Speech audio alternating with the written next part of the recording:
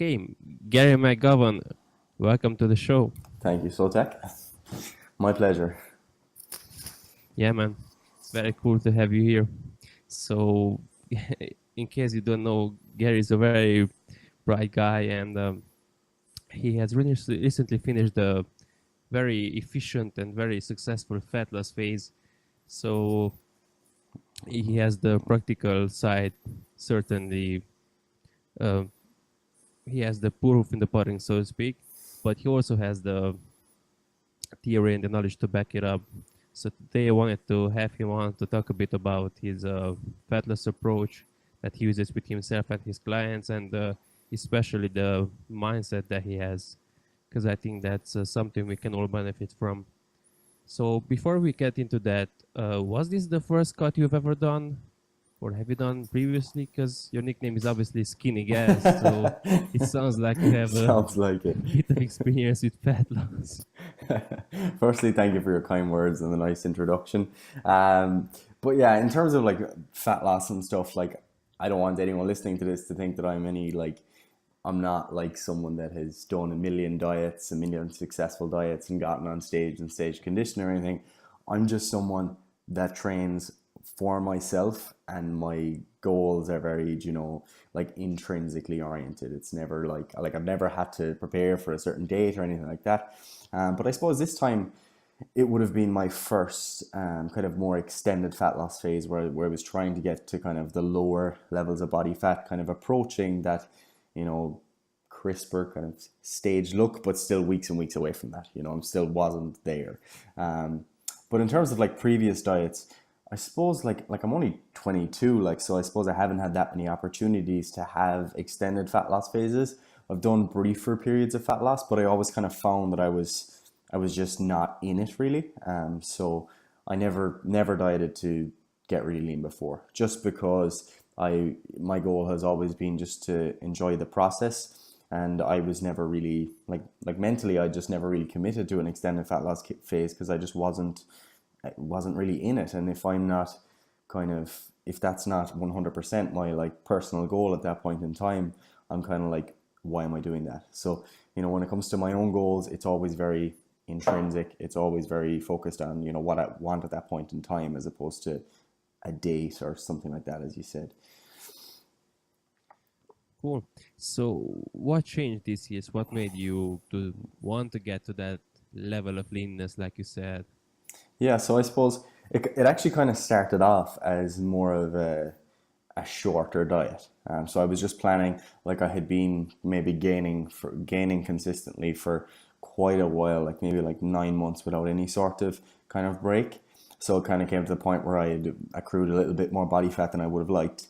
And both me and Paddy kind of at the same time, the same week, we just said, oh, you know what, we were going to do a little tidy up kind of diet. And it was like, oh yeah, maybe 8 to 12 weeks, which ended up being 26 weeks. And I think that was one of the keys, was that there was no point where we were taking it very seriously, if you get me. We didn't have this, like, the whole like bodybuilder mindset, like maybe more old school than new school, where it's like, oh, I'm dieting, this is it, this is my life kind of a thing. It's like it's the center of your life. And it was never really that with us. It was more like, all right, we're just tidying it up.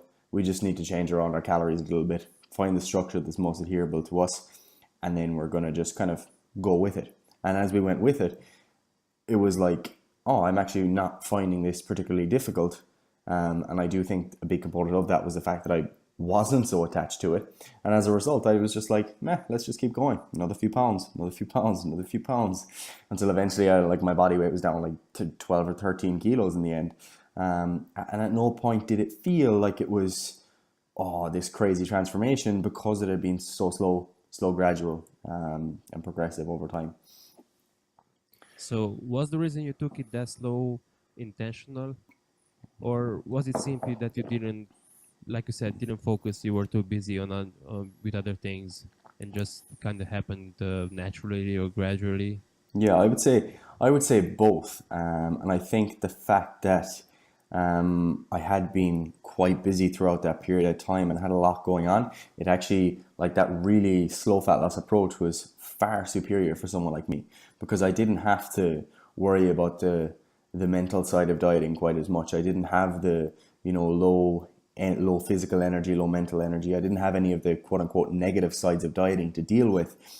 So as a result, I wanted to keep it really slow and conservative like that, because it made my lifestyle really sustainable. I was able to do kind of normal things. I was still able to like eat with my girlfriend, or if there was an occasion that popped up, I could attend, because I was never on super low calories, and it was never a stage where I had to, let's say, do intermittent fasting so I could eat normal size meals or something like that. It was just like real slow, real gradual.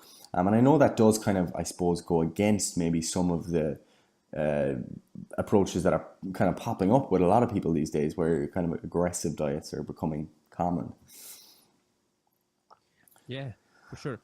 Though I guess you already had a pretty good eating habits established, so you weren't a newbie, so to speak. Yeah. Because I guess there's a sort of balance that has to be struck between being, like you said, slow and methodical versus actually having results. Yeah. Because especially when someone is kind of new to this thing, they want and they crave that uh, initial boost, so to speak, that motivation. So, what are your views on on this continuum, really? Because it's much more of a Yeah. continuum than a black or white answer. Where do you Yeah, lie and I actually on this? agree. It is a real continuum, and I wouldn't say that I'm against aggressive dieting by any means, because I know that a lot of really intelligent people like Martin McDonald, I'm pretty sure like Danny Lennon has spoken about aggressive diets as well in the past, and both of them people I look up to, and they've spoken about the efficacy and usefulness of aggressive dieting for certain individuals, and I think that's the key. Like I know that if I was doing a shorter diet, maybe where I was saying, all right, I need to tidy up for 4 weeks, I would be aggressive. I'd be more aggressive, because you don't have to deal with like ideally, if your eating habits are pretty good, and you've been in a gaining phase or whatever, and you decide you want to diet for 4 weeks, you shouldn't really be dealing with a whole lot of kind of psychological like negative outcomes or physiological negative outcomes from 4 weeks of dieting. So I think you can dig for shorter periods of time. But when it comes to those extended fat loss phases, I wouldn't be a fan of kind of really digging deep, like throughout that period. I can see how it would be useful to be more aggressive in your approach for someone that maybe is on the higher end of body fat, that maybe has very poor eating habits at the very start, where maybe they're eating like 3,500 calories or whatever of just junk kind of sporadically throughout the day. And if you're bringing that person to a diet that is like higher in fiber, like higher in protein, with an overall nutrient density, then if you cut them down to 2,500 calories, which would be, let's say, a reduction of 1,000, which seems aggressive, it wouldn't really be perceived as aggressive for them in terms of like satiety and stuff, if you get what I mean. So I think that person is going to actually feel so different in terms of like, by like nourishing their body and whatnot. They're going to feel better in terms of their perceived feelings, but also that they're going to see the results starting to accumulate, and they're going to get this motivation that carries over, and you get this snowball effect where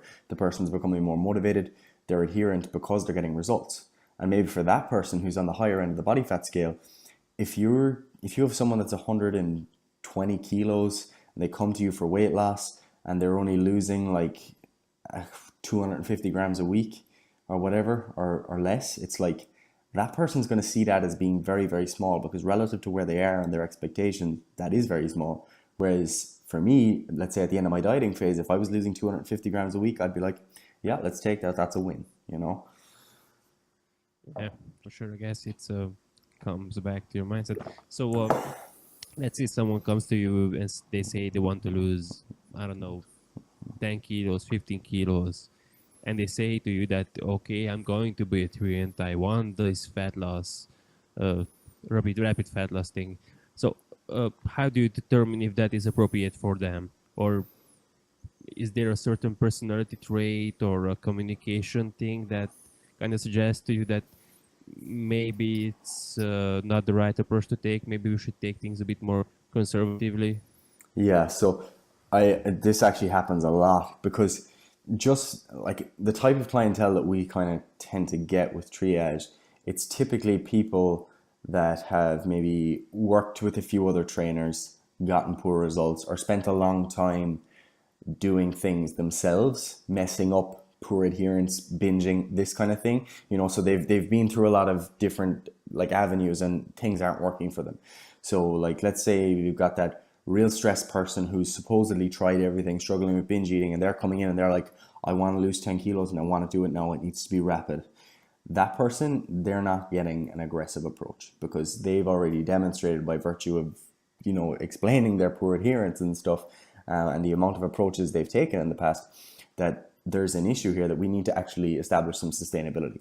Because typically that person who has tried like 5 different diets, they're not in a good position to start pushing into a really aggressive deficit again, because ultimately you want as little barriers to dietary adherence as possible. And if you're creating, if hunger and cravings and low energy and stuff are going to be a component of those barriers, then like, why not just remove them for a while and establish a baseline? Like that person needs a baseline. Whereas if it was someone that is more experienced, let's say they've done a really like calculate, like they've done the whole gaining weight thing, they're in a good place, in terms of like, they're like, all right, I want to start a fat loss phase. I have a deadline or whatever of 8 weeks, and I'm in a real good place, like metabolically. I'm eating a lot of food. I've been doing this for a while, and I'm training well. Everything's consistent.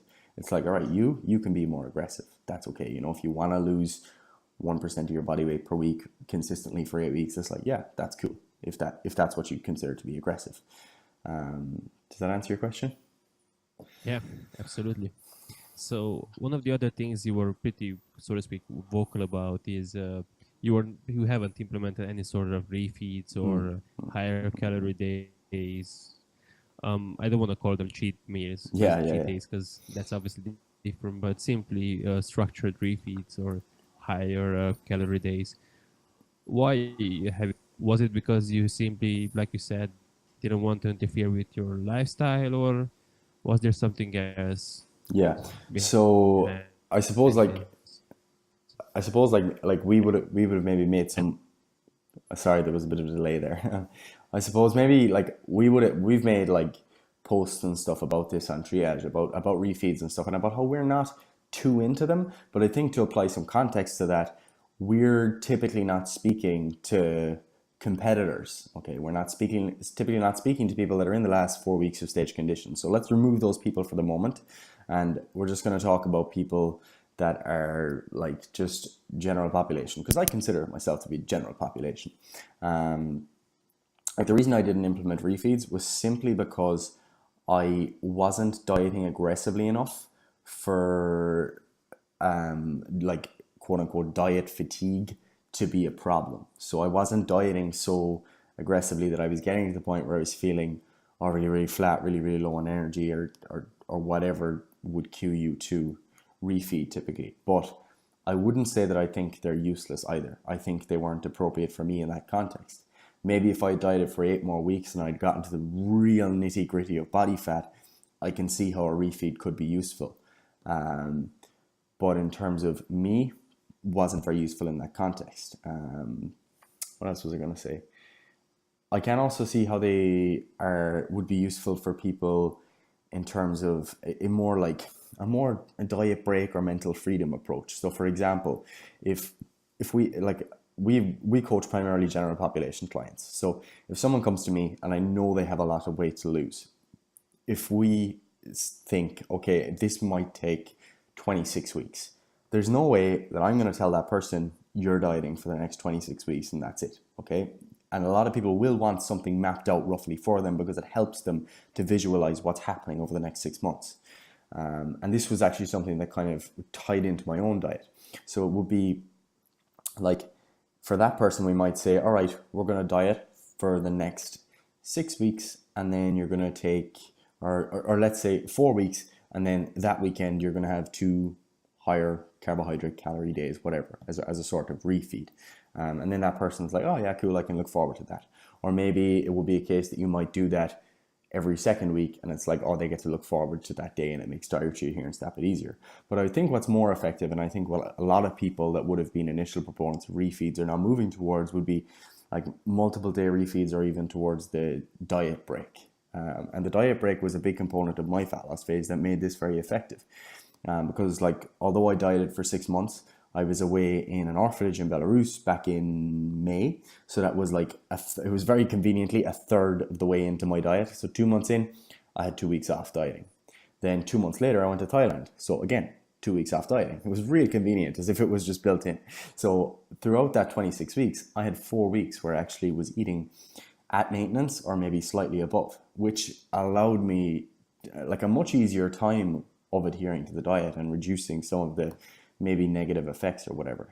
So I think, again, it just depends. It's real context specific as to whether or not a refeed is appropriate for a person. But who I don't think it's appropriate for is someone that is really like struggling with adherence, on the verge of binging all of the time. If that person tries to have a refeed weekly, like they're just going to view that as coach said eat more, I'm going to eat more, a lot more, you know? Yeah, because I was actually rereading Lyle McDonald's original Guide to Flexible Dieting, Yeah. and he says that he has a portion there when he says exactly that don't take that as he said you were going to eat a pizza and 5 donuts and 2 burgers and whatnot. I didn't say that. Yeah. Because but Like, that is what happens, like, and you can tell, like, you know, the clients that are going to run away with that freedom. And it's actually something that I nearly use as like we're real like present in the coaching process. Like, it's never, we don't have like specific methods that we work with, but there are like certain things that work for certain people in certain contexts. Like, and one of those things is introducing the concept of a quote unquote like free meal for people at some point as like a test. It's almost like a test in my mind to think like, is this person ready to be a little bit more flexible with their diet on certain occasions and things like that? Because I think when people have spent a lot of time with poor adherence, like those examples I was giving earlier, where someone's maybe tried everything, that person, maybe they've been adherent for 3 weeks with me, and then it comes to the weekend and I say, okay, it's Saturday, this evening I want you to have a free meal. I want you to try and make it something that has a social component. So whether it's with your boyfriend or girlfriend or your family, I want it to be like, it's a planned meal. It's something you're either going eating with people or you're cooking it at home, and you're making it something that's actually meaningful. And I will tell them not to track it, and I'll tell them to, look, if you want a dessert, cool. But I just want you to remember that this is a free meal. I'm not even going to ask you what you ate, but I want you to try and maintain control. And I think that gives them a sense of, okay, all right, I've got an inch now. I need to take that, or else it's like that test. Like, usually they'll come back and say if they binged and messed up completely. But I think it's nice for people to kind of start to view those like quote unquote moments of freedom or whatever as like, this is a social thing. Like, I'm never going to tell someone to, oh yeah, just eat whatever you want this evening. Like, can you see how that is very different from saying make this a social thing? Because suddenly that's a positive experience. That meal was a positive experience with their family, with their friends, whatever. They were able to integrate themselves into that social setting, versus the person who is over there in the cupboard at midnight. And people do this, eating things that they don't even like, just because they're like, oh, I'm back on my diet tomorrow, so I'm going to eat 100 Jaffa cakes. yeah, I've done that previously. Maybe a bit later we can touch on. Although, I just circle know, back a bit. we've all been there at some point. Yeah, I guess it's psychologically it's very different when Yeah. your coach tells you to eat something to chill a bit versus you suffering, so to speak, or resisting for 5 or 6 days and then actually breaking and just falling apart. Yeah, like dieting should never feel like you're like it's a constant, you're just resisting something for an acute period of time. It should feel like, yeah, there's a bit of a challenge there, but I can get through this, you know. It shouldn't be this constant battle of, oh, when do I get to eat a proper meal next, you know. Do you know that the picture I've seen on the internet when it says dieting is like riding a bicycle and the bicycle is on fire and everything is on fire? Yeah. Those memes. Yeah. Yeah, they're funny. Yeah. Going back a bit to refeeds, I guess um, what you were saying there, that people might abuse them. I guess Yeah. if you talk about competitors, for example, they have a, I mean, they're probably going to admit it. They have a different mindset, Yeah, so it is a different they mindset. they are robotic. So there are certain people who can have weekly refeeds, maybe two in a row, and doesn't affect them, whereas others are just hungrier. I mean, I know Mike Israel spoke about this. It's kind of like torturing yourself, because you have that one day or one meal or Yeah, whatever, and you keep looking forward to it, and then Monday comes, and you're caught back on the diet, and yeah. you're stuck again, looking forward to the next time you have that. Yeah, and I think if you can actually get into the habit of it, like let's say you do use refeeds, like people that actually use them genuinely for their like physiological function, and they wake up on Monday morning after their Sunday refeed, they typically feel really good because you're energized and you've got these full muscle glycogen stores. You probably wake up maybe a little bit drier. You just feel good. You don't have that same hunger. Whereas the person that wakes up after abusing the refeed and turning it into a cheat meal, they're waking up with this dry mouth, their stomach's kind of sick, they're groggy because they didn't sleep so well because they were up eating ice cream or whatever. And then like it's kind of hard to stop that person from doing that because they never really remember that negative experience from the Monday. All they remember is the Sunday and oh yeah, I like ice cream. That ice cream I had was really tasty. I can control it this time, and it generally doesn't work like that. Whereas the person that's done the refeed successfully, they've felt the benefits and they know that, oh, this could actually enhance my dietary process. Like or that week after I had that refeed, I felt great. And you know what? I actually enjoyed the extra cereal and bagels that I had on that day. So I'm going to do that because overall, that's a net win for me, you know? Yeah, I think very often the people who are successful that, I mean, I can't speak to everyone, of course, but I think what they do is they eat the same foods they would eat just in larger quantities. Yes. So not this entirely radical shift. Yeah. And even if you have, because if you have poor food choices, you can easily be starving on double the calories you would usually have. Yeah, yeah, no, I completely agree, and I think that is one of the things, if you don't mind me going on a bit of a tangent, Go on. that a lot of people mess up on these days because of the advent of flexible dieting. That their food choices, like you said, that they might be different on a refeed day, but that people don't actually keep their food choices in any way consistent at all. Like, and I know a lot of really successful people that are bodybuilders and things that are really adherent to their diet, like even though they promote flexible dieting, they eat pretty much the same thing every day with minor variants. Whereas a lot of the quote unquote fit fam or people on Instagram that maybe see this or whatever, they typically see that and think, oh, all I have to do is hit my macros, therefore I'm just going to wake up in the morning and be completely reactive to what I want at that moment in time. And once I hit my targets, it's okay. And to me, that's a real good way to compromise your dietary adherence because you don't actually have any habits in place. Like if someone was to ask you, what do you eat every day? It's like, oh, Jesus, you just tell them your calories, but you're not actually able to tell them, oh, my meals roughly look like this. And I think that if I hadn't had roughly the same meal structure every day throughout my diet, there's no way I would have been adherent to it because you end up just getting this thing, like this sort of, like people call it decision fatigue, where you have to make so many decisions throughout the day that and that when those decisions are compounded with maybe low energy from dieting or stress from work and stuff, you just end up making poor choices simply because all you see is the numbers, and it's like, all right, I've got 50 grams of carbs and 20 grams of fat to eat. I can have a croissant, or I can have like 2 pieces of fruit and some dark chocolate.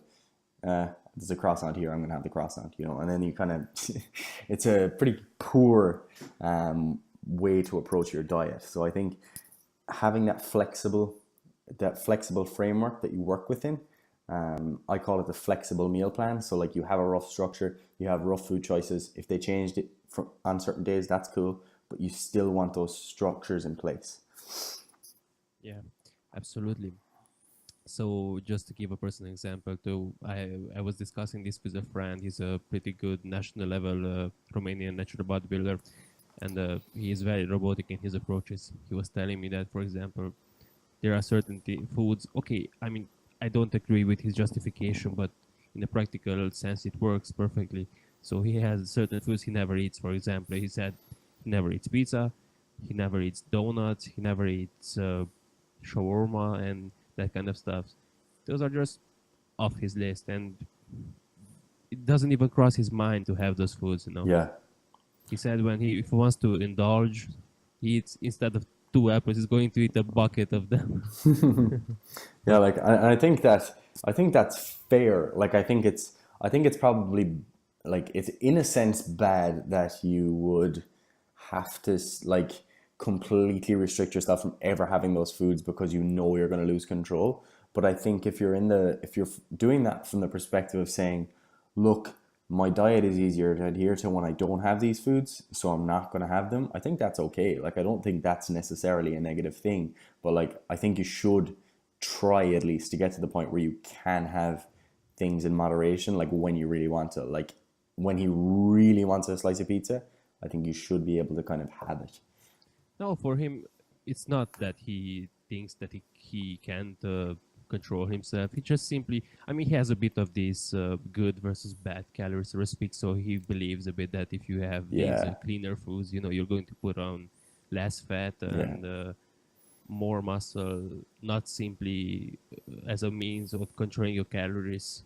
He actually believes that there's certain nutrient partitioning or whatever, which Okay. might be actually true. Who Yeah, knows? look, I'm Might find out in absolutely, 5 years. So it's just for him, he's very goal oriented. So yeah, he always says that he doesn't satisfy his emotional needs with food. So yeah, and I I think and guess in a sense it's a healthy attitude to oh, have. absolutely. And we have clients like that. We actually have one client who competed recently, and she said, I have goals, not feelings. And like she demonstrated that throughout her prep. And like their personality traits, and I think that's an important thing to recognize is that those people typically have maybe some genetic and environmental influences that have kind of led them to that point. But I don't think it's practical for us to, you know, if a client signs up with me tomorrow, I can't expect them all to behave like her or to behave like your friend who's a bodybuilder because, like, yeah, those people real goal focused. Like, I would never try to impose my own beliefs about work ethic and stuff to a brand new client who just signs up because they're going to be like, this fella is a lunatic, you know. So Yeah, of course. I mean, he's a personal trainer too, so from my perspective, that makes him completely unrelatable because he has these moments when he starts preaching this, and I told him that look, you just completely alienate those people. I mean, he has lost many clients, I think, over this. So he was just this too preachy. Look at me, I'm so good. yeah, I don't. Why are you so weak, so to speak? So you have to uh, feel better by eating this or that food, you know? yeah. I see what you mean. Yeah. So I think this can be psychologically pretty difficult to balance and Yeah, teach people. I mean, ultimately, you have to find this sort of the point in the complete lack of control, total eating for pleasure versus this robotic approach. You have yeah. to I find actually think your there's a point nice of the sweet spot. continuum. Yeah, Yeah. And I agree. where everyone's going to be is probably depending on their life, I guess, goals, values. Yeah, So, absolutely. so speaking about cheat meals and whatnot, because I, again, to give a personal anecdote, I did this especially last year, because last year I got pretty lean, but um, I had these days when I don't know. It was almost like someone else was controlling me. Like I went into supermarkets, and I was just going through shelves and whatever looked appetizing, I ate it, and and the worst part was, like you said, they weren't even tasty. Yeah, But I had this mindset, but well, shit, I bought them. I'm not going to throw away food because I wasted my money on them. I mean, I spent my hard-earned money on them, so I'm going to eat them. yeah.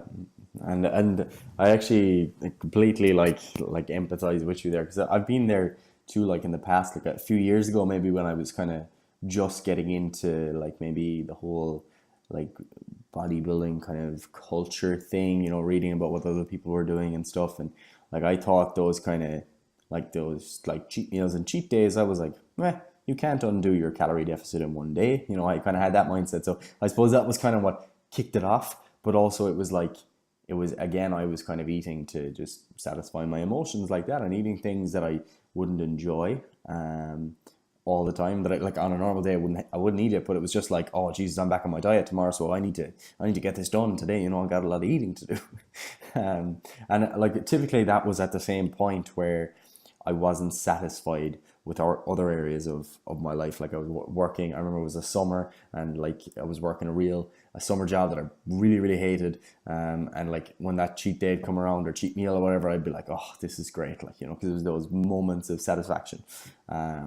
But yeah, it is a real tough thing for people to deal with. And like you said it there, a lot of clients will describe it to me just like you did, where they say that they feel like they're being controlled by someone else, and that's it. And the whole day, it's like, no, it's just endless. It's just completely endless. Nothing else matters that day other than kind of food. And like, even when you sit down between meals and you're done, it's just like they'll explain it where it's like, oh no, all I'm thinking about is just food again. Even though I'm full, my stomach feels full, I just want more food. It's like, it's a tough position to be in. Yeah, so it actually, because back in 2013, I guess, that was when I got decently lean. But back then, it was an intentional thing. So back then, I was reading these articles that you have to boost your metabolism, and Yeah. I was actually, so it was a pre-planned thing. Because Sunday morning, I woke up. Okay, mom used to work at this place that made a lot of baked goods and croissants and this chocolate thing and that chocolate thing, and she would always bring home a big bag of those, and I would wake up on Sunday and look in the bag and see which one looks the most appetizing, and I would pick from them.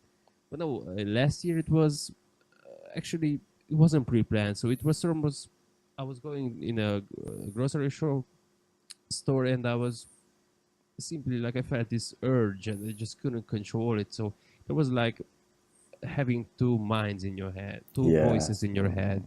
One was telling me, "Stop it! What you're doing? You have fatless goals," and the other was telling me, "Oh, it's okay. You can always start tomorrow. You don't have a set date. You don't have to prepare for a Yeah. competition or Yeah. whatnot." So I guess this is one of the biggest challenges. Someone who doesn't have a coach or a set date. Yeah, it's very true. How do you manage this? Because Uh, obviously, if you have a competition going, it's in a certain sense harder, but in a certain sense easier too, because you have the set date in your calendar, and you're kind of, especially if you have a social media account or whatnot, you're almost held accountable by that contest date. Yeah, I think there's kind of two components to this, and one is like, and depending on the type of person you are, the methods will vary. But I think giving yourself as many chances of success is as good as possible. So I'll start with the kind of intrinsic factors that I would kind of think of myself. So the first one would be like, in those, and I'll do this for clients as well. The first thing to always kind of address on those days is like, you need to understand your own values. Like, what values and standards do you hold yourself to? And I think if you know that, like, the standards you hold yourself to and what you expect from yourself, that's step one to kind of questioning those actions. But the second thing is to actually allow for time for reflection or meditation or journaling or things like that on those days. And I know people are real like, just that's voodoo hippie stuff, I'm not doing that, that's for girls, that kind of thing. But this is genuinely one of the most powerful tools, because, for example, let's say I'm sitting here and I finished this podcast with you, and mom bought a load of ice cream, it's in the fridge, and or in the freezer, I'm like, I'd like that. But in that moment, it's like, all right, if I feel that urge, I'm going to think about, all right, does this align with my goals and stuff? Does this align with the standards and values I hold for myself? And then if I'm kind of questioning that and I'm still thinking about doing it, then maybe it may be a case where I need to go and clear my head through meditation. But before you do that, write down that thought. So, all right, I'm going to go to the freezer and I'm going to eat that tub of ice cream. You write that down, and as soon as you are done your time of reflection or meditation or whatever you want to do, give yourself 5 or 10 minutes, regardless of what you do. Then you come back to that piece of paper and you look at it and you think, rationally, is this what I actually want to do at this point in time? Do I need this? And then you'll actually find yourself kind of, it's like you're almost like in court with yourself. It's like, oh Jesus, that Gary of 10 minutes ago, he was kind of having a moment of weakness, but I think we can hold this together and get back on track. And maybe that won't work all the time. It's something I've done with used with some clients. Some people find that they're in such a stress state at that point that the meditation reflection thing, not happening, they don't even think about it. Other people find it really helpful. And the other thing is extrinsic things. So creating means of accountability for yourself. For example, as I said, me and Patty were dieting together, like at the same time. So in terms of, like, it wasn't something I really thought about, but I'm sure it was an influence to some degree, because we were both dieting, because we spent time actually living together during that period. We're both kind of very headstrong and mentally focused on things that we do. So, you know, and we have the same business. So it was kind of like one of those things where Paddy's adhering to his diet. Am I going to go and binge and start losing time while he gets ahead? And that's like one of those things. It's kind of like satisfying that ego. But also what you'll notice is that both me and Paddy, throughout our dieting phases, throughout the 6 months, we done a daily accountability on Instagram. Whether that contributed to my dietary adherence or not, I don't know. But having that daily accountability and actually putting up your weight every day in that photo, like, people are watching and people genuinely do take notice. So suddenly you're accountable to these thousands of people, and it's like, shit. And so then in that moment when you're thinking about binging, it's like, all right, am I going to lose to Paddy? Am I going to let down everyone that's following me? And I'm going to let down my own values. And then suddenly when you put all those things together, it's like, oh Jesus, maybe the ice cream, it isn't going to be that nice.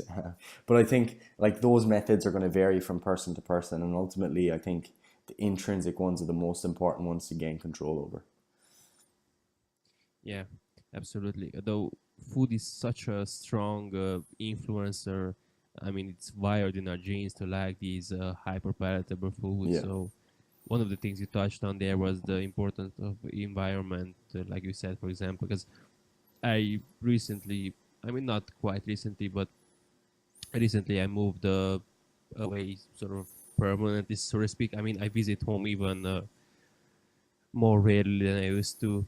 But for example, this summer I lived home for a month, and it was extremely hard because mom. I mean, I guess it's. I'm certain that it's a epigenetic thing, so to speak. I mean, I was brought up in a overweight family, so to speak, and mom always baked cookies and the cakes and whatnot. So I'm sure that had an influence on me.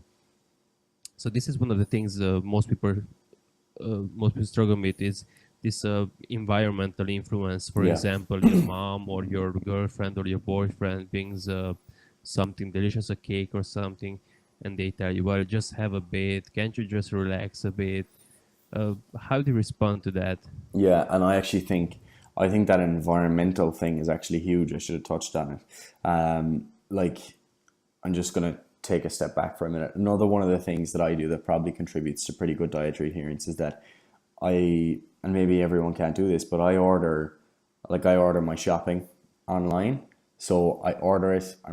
Like, you're not browsing aisles at that point. You're searching for the items you actually need. So it's a real rational shop. And suddenly all I have in the house is all these lean meats, vegetables, sweet potatoes, oats, nut butters, things like that. It's like, yeah, am I going to go and binge on just oats? Probably not. Whereas when you're in the aisle and you see these deals in the shop and things, like they're set up to make you buy them. So let's say you go in and you see, there's all these nice granola bars that are sitting there. I'm going to buy them because they're cheap and they're on sale and they're nice and they can fit into my macros. And then you take them home with you and it's like, oh yeah, you have one.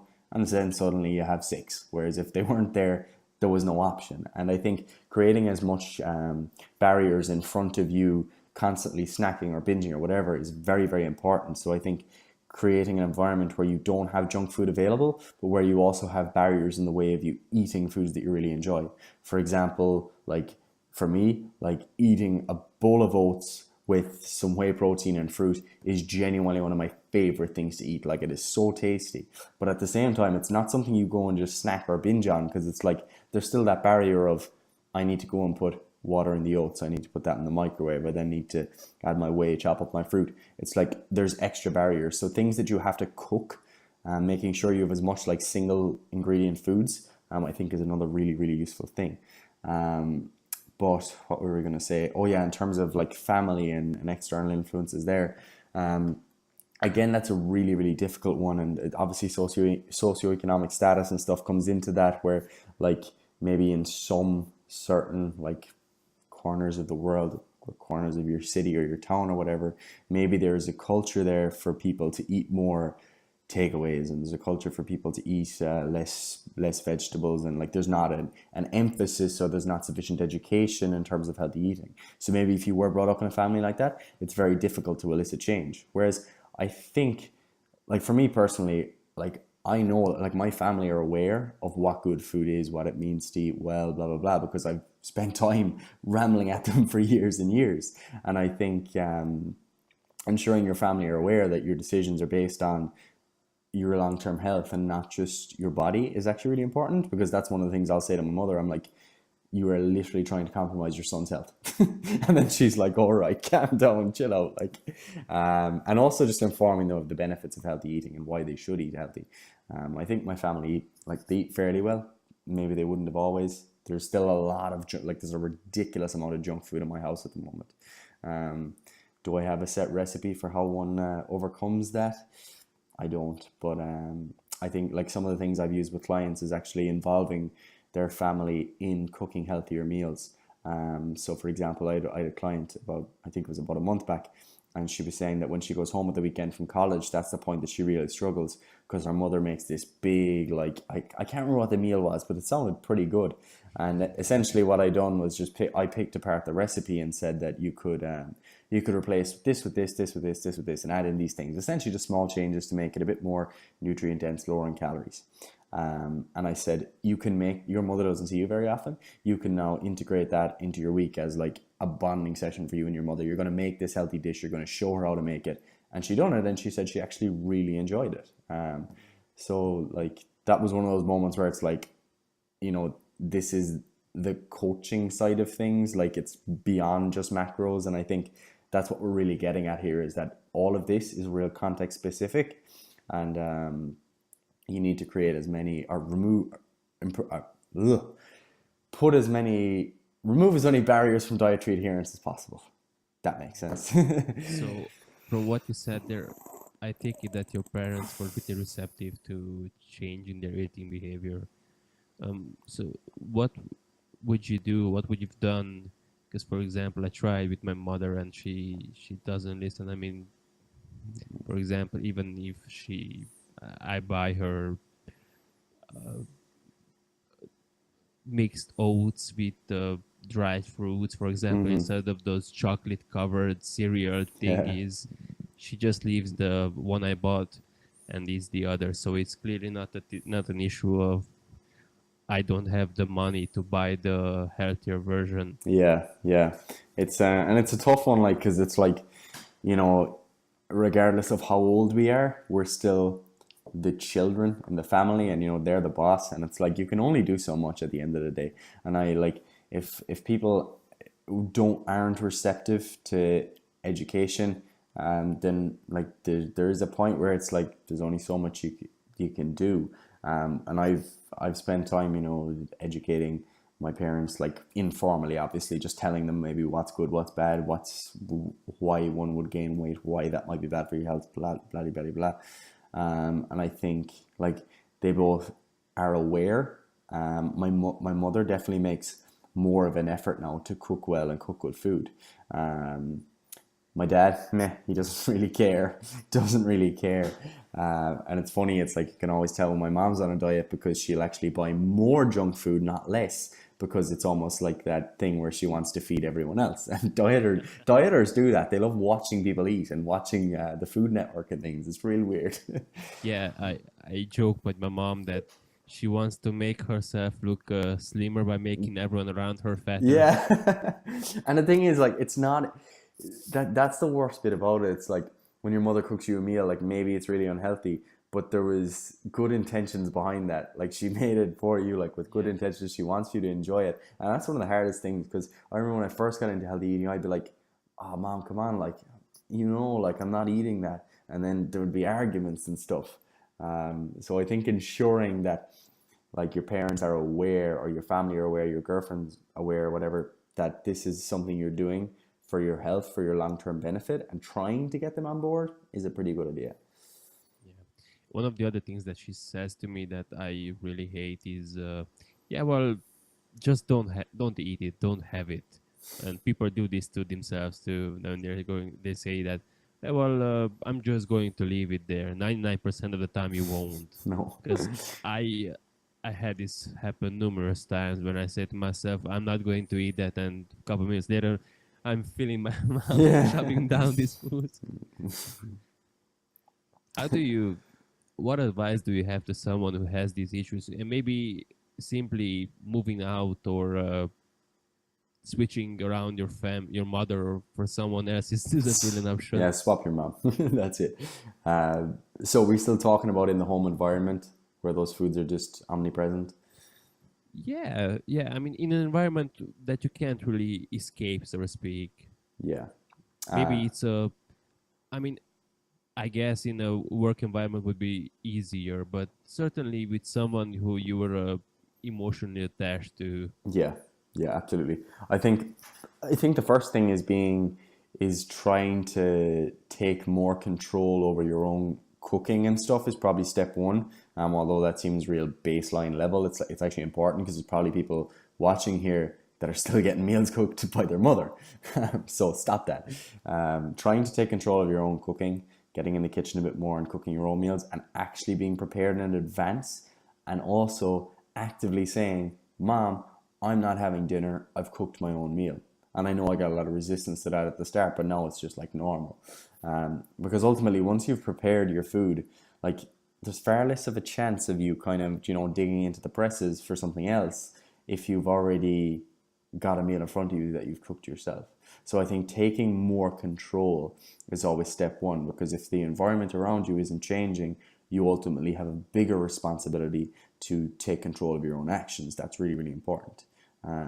Because like obviously it's much easier if you've got the mother that cooks the foods you want and the quantities you want, and it's all perfect and easy to adhere to, and there's no junk food in the cabinets. But like that's not a realistic expectation, and ultimately you need to learn to just deal with that situation by taking more control yourself, because life is not smooth sailing all the times. You could work in an office where you've got they bring out cookies and biscuits and croissants and stuff at break time and at lunch, and it's like you're going to have those obstacles throughout the rest of your life. And this is one of the things I always view in relation to eating habits, is like you're not developing your eating habits for this summer.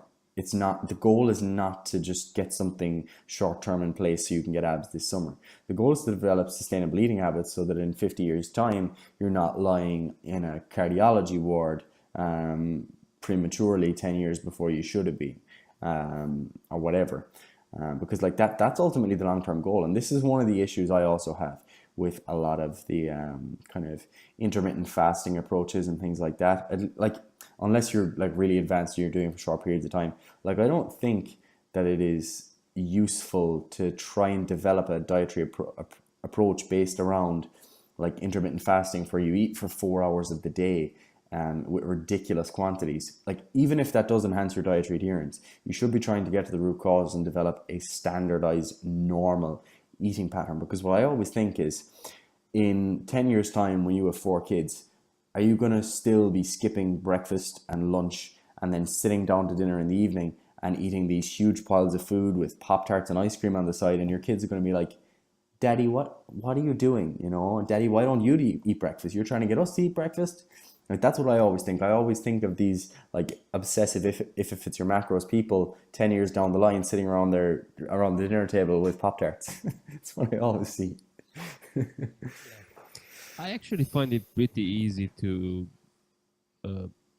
control, although I don't know if this is the correct word to use, but I find it easy to restrain or to eat good when the others are present. It's sort of a bragging thing, not really bragging, but for example, if I'm at college, I always eat well because I'm not going to be the weak one who is going to eat the shit food. Yeah. It's usually when there are people who know me well or my girlfriend or my mother, because I'm not ashamed or sort of, there's this stigma. If you're the Yeah. fitness person, sometimes people will ask you, well, why are you eating that? Aren't you Yeah. supposed to be the healthy guy or the Yeah. fitness guy?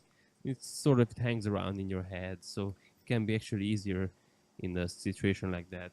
Yeah, I agree. And that's actually one of those reasons as well where I'll always tell people that, if they're having a free meal or whatever, like we spoke about earlier, to like go out to a restaurant. Because if you go to a restaurant, you're not going to be the person that says, can I actually get 2 main courses and 3 desserts? Whereas that person might eat that quantity of food if they were at home in their kitchen because they're just rummaging through the cupboards. Whereas when you're out in that social setting, there's that sort of this isn't socially acceptable for me to order this absurd meal. So it's funny how people are like that because the same person will go out for a meal and they'll enjoy that meal and stuff like that. Whereas they'll say that when they have their meal at home and they're eating the same amount of calories, they'll say, "Oh, I'm not full. I'm always so hungry afterwards and stuff." And it's like, were you genuinely hungry? Was it genuinely a satiety issue, or was it cravings because you knew that food was there and it's easily accessible? So again, environment is such a big contributor. Yeah, man. Absolutely, absolutely. So much of this I find is stories sort of our brain tells us.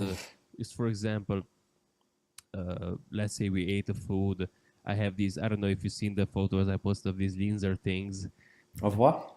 These apple linzers and the cherry linzers. Oh, I must Yeah, look. so these sort of two layers of dough and filled with apple or cherry filling, and they're kind of this thick. Oh, Yeah, so yum. they're super delicious. Yeah, so I find this store and you can sort of go there, and I always go there and spend like 5 minutes to pick out the thickest ones. So just for example, if I had something else that someone else had to give it to me, I wouldn't be able to ask, and I would be honestly ashamed to ask 5 pieces of them. But I could simply walk into that store and take 5 pieces and be fine, because just have to go to the cashier, and by that point no one cares. So Yeah. Yeah, it's actually. and Go go ahead. on. No, go ahead. You're fine. No, you were saying previously that you should cook your meals. For example, I've had this happen too when I was out in town and I ate this crab, and then I remembered, oh shit, I had this delicious meal cooked at home, and now I'm not going to be able to eat it because I'm full, and I kind of went over to my calories, and you sort of end up in this shitty place when you're not fully satisfied, you're not full, you're still hungry, and you would eat, but you already ate more calories than you should have Yeah. had, so it's a bad place overall. Yeah, I completely agree. And it's hard because I think the more you know, the harder that actually is as well, because you can kind of get into this mindset where you're aware that, oh, you know what, it's actually okay. I can go over by 500 calories tomorrow because once I make up for that, or today, because once I make up for that tomorrow by increasing my deficit, it makes no difference to fat loss. And that's actually one of the worst things about being like really knowledgeable about nutrition, is because you know all these workarounds, but like your knowledge doesn't always relate to your ability to actually adhere. They're often very far away from each other. And you'll often find that in that day after, then it comes to the end of the day and you're hungry and it's like, no, I'll eat that 500 calories that I cut out. Fuck it, today, I'm just going to focus on today. And then suddenly that 500 calories turns into an extra 500 calories and it's like, oh shit, how did that happen?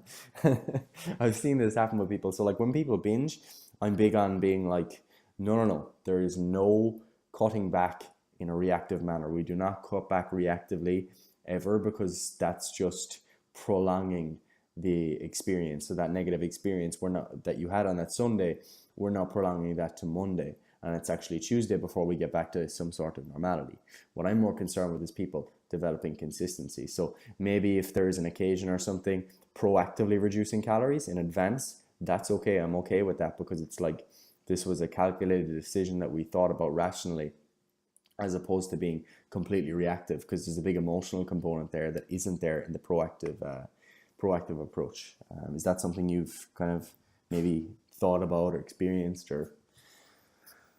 Yeah, I mean, previously I've been back in 2013 or so. I've been a very hardcore IFIM guy, so I have pictures on my Instagram with a bowl of ice cream and look at me, I'm so cool, I can Yeah. eat this. I think it's good. I think it's good though. It's changing definitely. I think people are coming out of the whole flex bowls, fitting as much shit as you want into your macros thing. Like I think there is a very welcomed push in the right direction in terms of people actually focusing on good quality food, not just from the perspective of body composition, but from the perspective of health. And this is something I spoke to Paddy about as well. Like I think that's the next trend in the fitness industry is actually health coming back in and people focusing on, is this sustainable for the long term? Is this contributing to my overall health?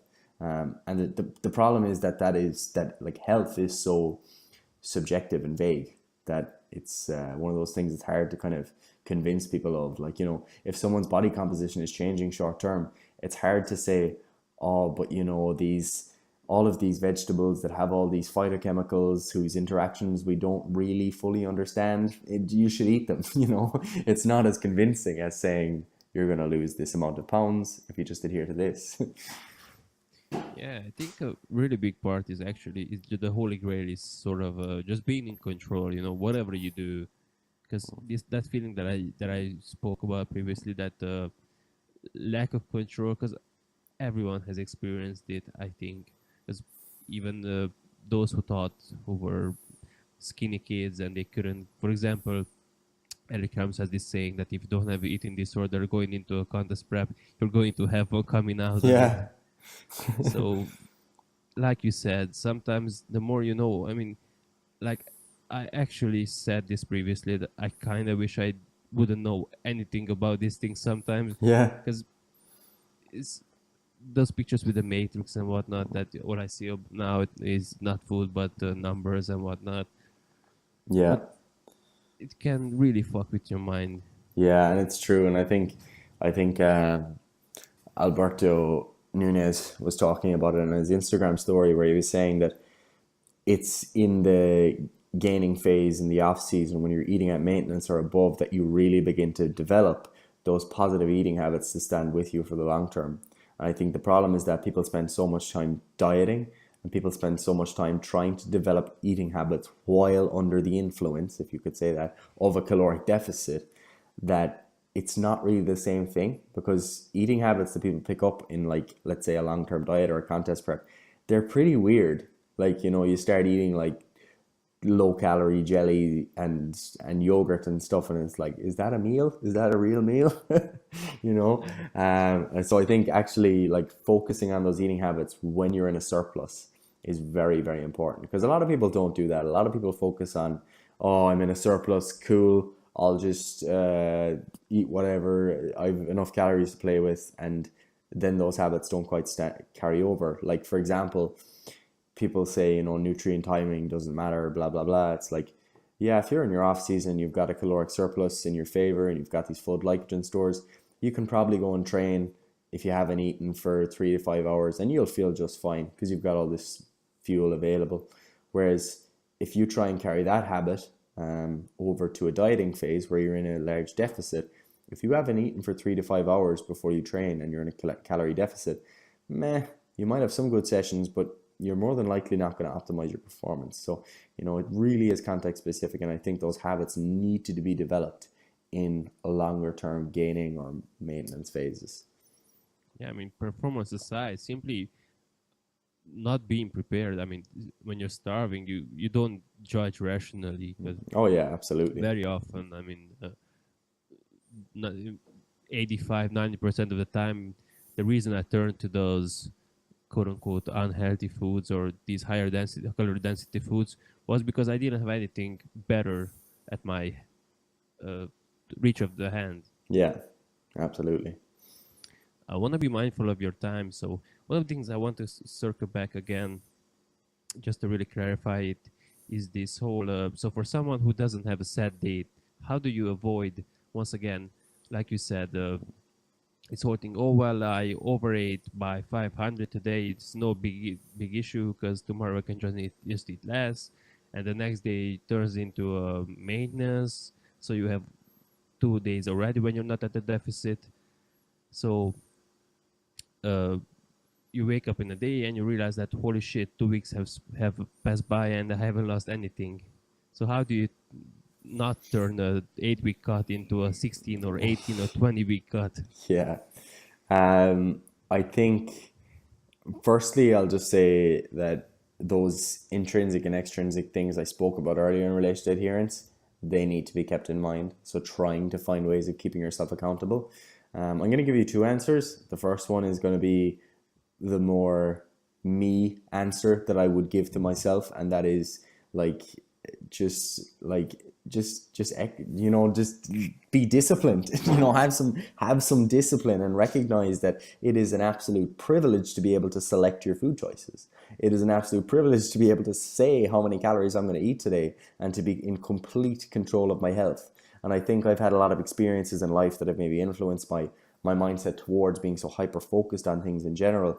But I think just the fact that I have those standards and values and stuff is really the big driving factor to why I can adhere to a diet. Because it's just like, am I really going to give in to the desire to eat some extra food when I've got all these privileges in my life? And I think like that's a big thing for me. Another thing would be that to add on to that, it's kind of the same point, but I don't want to pretend it's my own point because I picked it up from what's his name, Adam from Physiconomics. Is that a name? Adam Ali, is it? Yeah, Adam Ali. Yeah. But he said the pain of, what was it again? The pain of not doing something. Oh yeah, choose your pain. He was saying choose your pain. So are you going to choose the pain of restricting yourself from eating that food? Like, is it like, which is the pain you want to choose? Restricting yourself from eating the extra calories and then feeling some sort of, or feeling a sense of achievement or whatever and progressing with your results? Or are you going to choose the pain of the afterwards, after you've eaten the food, the extra calories, where you've now got this feeling of guilt and stuff? And it's like, whether you do something or don't do something, there is a pain associated with both, and you need to be able to actually choose which one is more favorable for you right now. But the thing is, people don't think enough. People don't actually make these conscious decisions. It's always like a sort of irrational, momentary, sporadic decision where oh, I'm just going to have the 500 calories. Whereas if you actually take a step back and it's like, do I need them? Do I want to suffer that guilt, that day that's been taken away from me? Nah, probably not. I was going to give you a second, more kind of lower level, less hardcore answer. What was I going to say? Oh yeah, giving, like, adhering to some sort of process goals is always good. So for example, let's say you don't have an end goal, but maybe you have a goal of progressing by losing 0.5% of your body weight per week. So let's say I have a target, I want to drop 0.4 kilos per week, and you actually still have that weekly target that it's been broken down to, or maybe you have a check-in that you have with yourself, maybe informally, or even just simply things like tracking your weight every day, writing down how many calories you ate every day. That's a very powerful thing, is to actually have a log where you write down, I ate 3,400 calories today, even though I was supposed to only eat 2,400. Once you see those to kind of add up, you'll be like, I should probably pull this back. And I think objectivity is something that's actually lost very often. Like, when dietary adherence is an issue for people, often people will jump to saying that, oh no, you're being too obsessive, you need to actually take a step back and try and to eat intuitively. And it's like, like intuitive eating, like very vague and something that doesn't really apply to everyone. Like often the people that are told to eat intuitively because they're overweight, it's like they've been doing the intuitive eating thing. It doesn't work. But yeah, I could see the rationale for that. But I actually think becoming more objective sometimes is actually really, really good, because for example, what we have with our clients is we have like them track daily, like a daily tracking document. So they'll input the calories they ate every day. They'll just put it over from MyFitnessPal or whatever, and then they get a graph at the end, and there's calories and body weight are on the same graph. So they can see that, if they've gotten a few spikes in a row in calories, but they've had poor adherence, they're seeing objectively on a graph in a visual format that I've overate quite a bit, and my body weight is also going up. So they've also got to report that to me. And then suddenly you've got all these points where you almost feel like you're being judged, even though that's not what coaching should be. But it's still, like feeding back to the person to tell them that, look, this actually is something you do need to reel in. Like once every 3 weeks, you went up over by 500 calories or something. Yeah, cool. That's fine. That's not a big deal. But if you're constantly doing it every second day and prolonging your fat loss phase, it's like you could be making better use of your time. Awesome answer. So I have one more final question, and I have to admit this is a bit of a selfish one because I'm in a similar spot right now.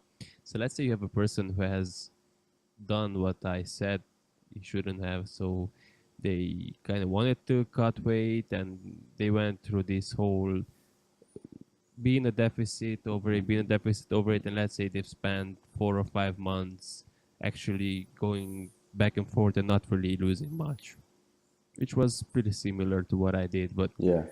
due to different reasons, I just, like you said, I just wasn't mental in the game, so Yeah.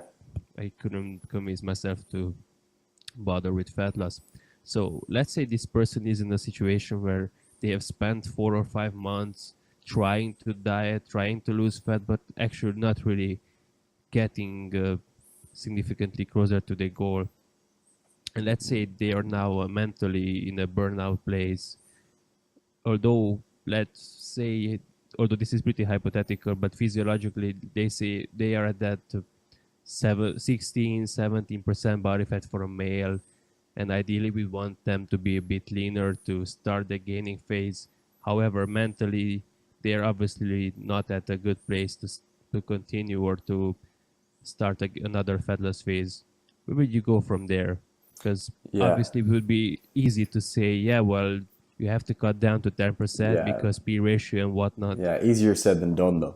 I think the real best answer would be to actually firstly like work with a coach on this, and everything hereafter it's like, okay, you can work with a coach or not, but you can still apply the rest of what I'm going to say.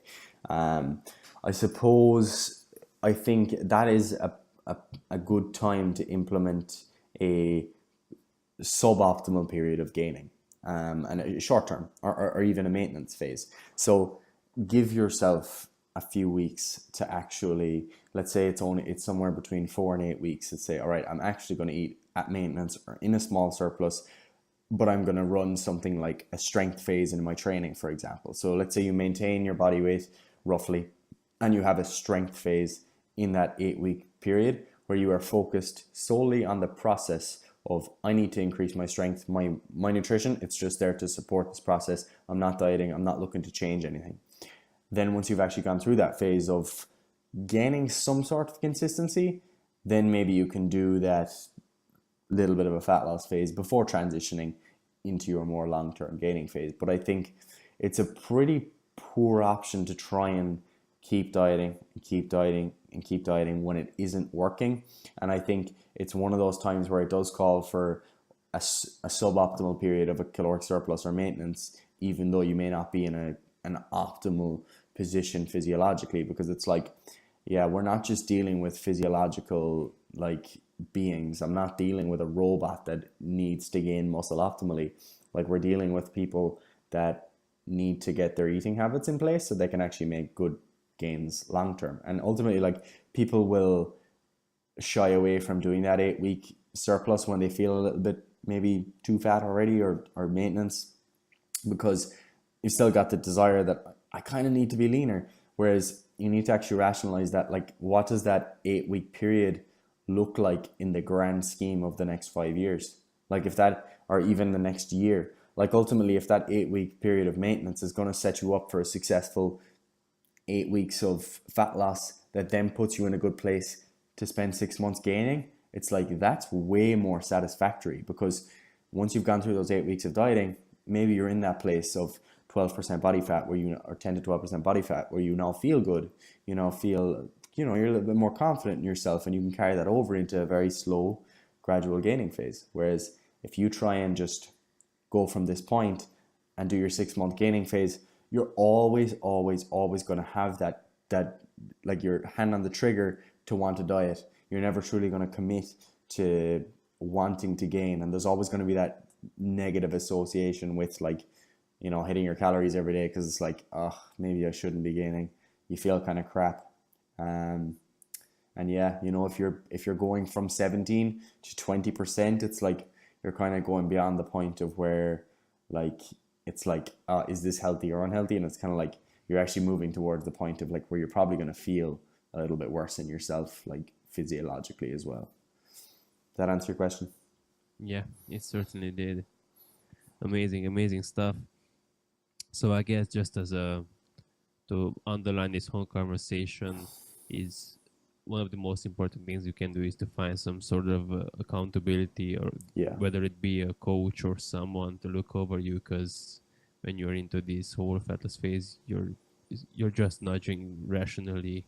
Yeah, absolutely. And I think trying to do everything by yourself is, it's something for experienced people. I wouldn't try and do a very, very long diet on my own, other than the fact that like I'm a coach myself and I was doing it alongside Paddy. You know, that made it a lot easier for us. But I think working with a coach is a great idea for even if you're a trainer. You know, I'm actually starting working with Callum from M10, Callum Racetrick, for my gaining phase in a couple of weeks, just because for me it's actually the gaining phase that I struggle with in terms of not really struggle with, but it's one of those things where I kind of lose interest because I'm like I'm not overly tied to my physical progress, but I am tied to putting in effort to whatever it is I'm doing. So like if someone tells me you need to do this is your plan, I'm like, yeah, cool, let's roll with it. Because I think a lot of the time as a coach, you can end up questioning the plan a lot of the time. So maybe you're in a calorie surplus and you've got this lovely program, and it's like you're changing the program every week just because you're like, oh, should I be doing was that an RPE too high? Maybe I should do one more set. Is that rep range okay? I could do a better exercise, you know? So I think having a plan is really, really important, whether you're a coach or not a coach. But yeah, accountability is absolutely key, and that's something I'm really keen on focusing on for myself over the coming months, because I know that when I get really busy, when I get really stressed, I have a tendency to kind of not really care about my physique quite as much, and I always want to kind of keep it as a focus. So it's just about balancing those different focal points for me. Awesome. Thanks a lot for that. I have to say I highly enjoyed this. So thanks a lot for It's an all absolute the pleasure. knowledge bombs you shared this. So before we get to define the question, maybe you can let the listeners and the watchers know where they can find you, your social media accounts, that kind of stuff.